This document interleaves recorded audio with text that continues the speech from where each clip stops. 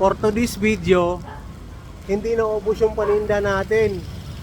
Pero naubos yung sauce natin. Yung sauce natin, 3 galon to.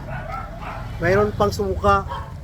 Hindi ko kasi na-manage kanina, maraming bumibili. Hindi ko na-manage, hindi ko nakikita yung mga naglalagay ng sauce kung gaano sila karami. Kaya yun, may tira pa tayong 4. Sayang, mauubos pa sana to eh. Kung mayroon pa tayong sauce, hindi na tayo makapagtinda. Wala na tayong sauce eh. Anong gagawin natin? Trip. Ubos talaga oh. Kaya ito yung inano ko talaga, yung mga customer na malakas mag-sauce na hindi naman inuubos, sayang lang talaga. Ito yung pinopoint out ko na kailangan ako lang talaga ang maglalagay. Kanina kasi hindi ko na manage kasi maraming customer. Usually, ako yung naglalagay ng sauce talaga sa baso para ma-manage ko talaga yung sauce. Marami na yan ha, 3 galon yung sauce ko. Tapos may suka pa ako. 3 galon, puno pa ito. Bukod pa dito.